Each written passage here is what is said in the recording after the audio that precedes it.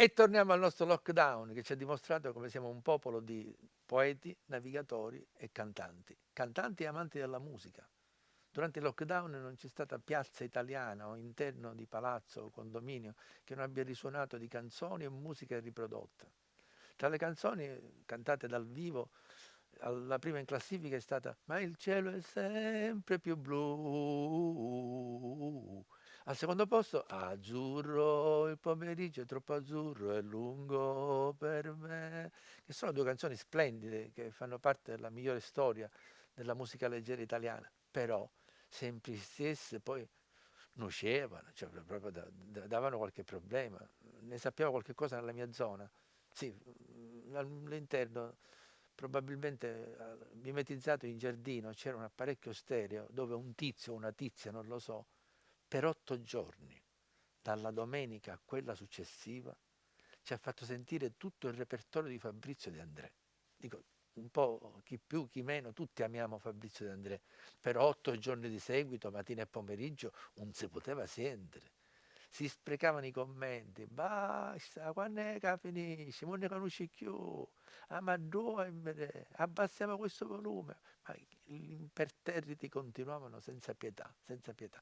E fino a quando poi una bella domenica, quella successiva, diciamo, a questo punto spunta una cristiana che in maniera geniale lo ha frenato, perché ci disse, signor lei, questa di Marinella è una storia sicuramente vera e tragica, ma quella che ci sta facendo vivere lei da una settimana, manco un babbia. Si mortificò e l'ha finita. Che poi tra l'altro dico, questo fatto di insistere sempre con le stesse cose, per noi siciliani significa che la musica addirittura ne nasceva di naschi. Perché? Perché a questo punto una volta che diciamo, il cervello è saturo, a forza di sentire perché le orecchie sono piene e la bocca è chiusa, a questo punto non ne può nascere questa musica, noi diciamo nascere i naschi. Naschi che, attenzione, non sono il naso, sono le narici, mentre il naso per noi in siciliano è naso, che è un organo importantissimo perché, scusate la parentesi, ma è giusto che si sappia, per noi il naso è uno degli organi più importanti, ma non solo per via dell'olfatto, ma perché di fatto diciamo, rappresenta tantissimo. Per esempio uno che sa come stare al mondo è uno che ha naso. Se il nostro figlio è antipatico all'insegnante, noi diciamo che l'insegnante subito sul naso.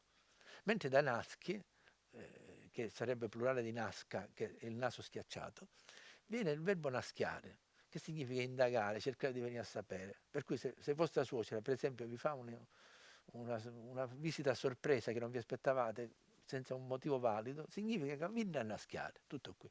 Ma torniamo al nostro lockdown. Bene, il 2020 passerà alla storia come l'anno della lavata delle mani.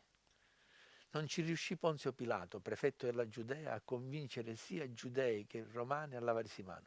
Non ci riuscì il geniale inventore del detto una mano lava l'altra. Non ci riuscì neppure Antonio Di Pietro, con l'inchiesta Mani Pulite, a convincere gli italiani a lavarsi mano. Ma ci riuscì invece il virus nel 2020, che ci siamo lavati a tal punto le mani che le avevamo spillate.